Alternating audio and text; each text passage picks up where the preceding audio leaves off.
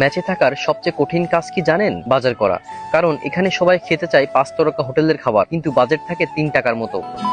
আসসালামু আলাইকুম, নতুন একটি ভিডিও নিয়ে আমি তানভীর। আশা করি সবাই ভালো আছেন। আজ সকাল সকাল বের হয়ে গেছি ম্যাচের 30 দিনের বাজার করার উদ্দেশ্যে। সাথে ছিল ব্রাদার আকাশ, বন্ধু সুমন, ছোট ভাই তানভীর। আমরা মূলত ম্যাচে থাকি, আর ম্যাচে থাকতে হলে ছোট বড় সবাইকে বাজার করতে হয়। আমাদের ম্যাচের বাজারে থাকে চাউল, ডাল, পেঁয়াজ, রসুন, তেল, মুদি সামগ্রী সহ আরো অনেক কিছু। এগুলো আমরা 1 মাসের জন্য একবারে কিনে রাখি, কারণ একসাথে কিনলে পাইকারি দামে পাওয়া যায়, আর এতে কিছু টাকা সাশ্রয় হয়। পড়াশোনার সুবাদে ম্যাচে থাকতে হয় বলেই আমাদের এই হিসাবটা মেনে চলতে হয়। যাই হোক, কথা বলতে বলতে আমরা পৌঁছে গেলাম দরটানায়। দেখুন চারপাশে কত জ্যাম আর কড়া রোদ। আজ আমাদের গন্তব্য যশোরের বড় বাজার। দোকানদার মামা লিস্ট অনুযায়ী একে একে সব জিনিসের নাম লিখে নিচ্ছে। এরপর গেলাম পেঁয়াজ, রসুন আর কাঁচামরিচের দোকানে। সেখানে একটু দামাদামিও করলাম, কারণ যেমনটা বলেছি আমরা ম্যাচে থাকি, এখানে কিছু টাকা বাঁচলে সেটা আমাদের জন্য অনেক স্বস্তির। বেশিরভাগই তো মধ্যবিত্ত পরিবার থেকে এসেছে। এরপর চলে আসলাম চাউলের দোকানে। এই দোকানের ভাইয়া খুবই ভালো মানুষ, আমরা প্রতি মাসেই তার দোকান থেকে চাউল কিনি। আজও আমাদের পছন্দ মতোই চাউল দিয়ে দিলেন। দোকানের নাম ইসাহাক ট্রেডার্স, চাউল বাজার, হাটচান্নি, যশোর। এখান থেকে চাউল কিনলে পাইকারি দামে পাওয়া যায়। যারা মেস বা হোস্টেলে থাকেন তাদের জন্য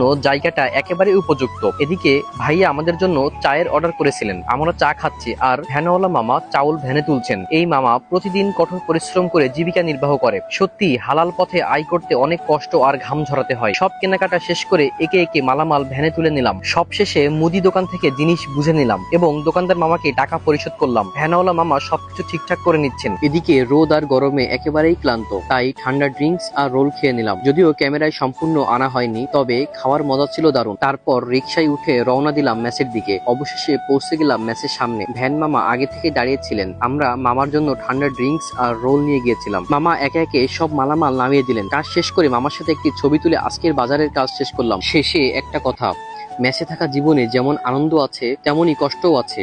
সংগ্রাম ছাড়া কোনো মানুষের জীবন পূর্ণ হয় না। ভ্যানওয়ালা মামা যেমন প্রতিদিন সংগ্রাম করে জীবন চালাচ্ছেন, তেমনি আমরাও আমাদের জীবনের পথে লড়ে যাচ্ছি। তাই দিন শেষে সংগ্রামী জীবনকে সুন্দর করে গড়ে তোলে। ধন্যবাদ সবাইকে। দেখা হবে নতুন আরেকটি ভিডিওতে।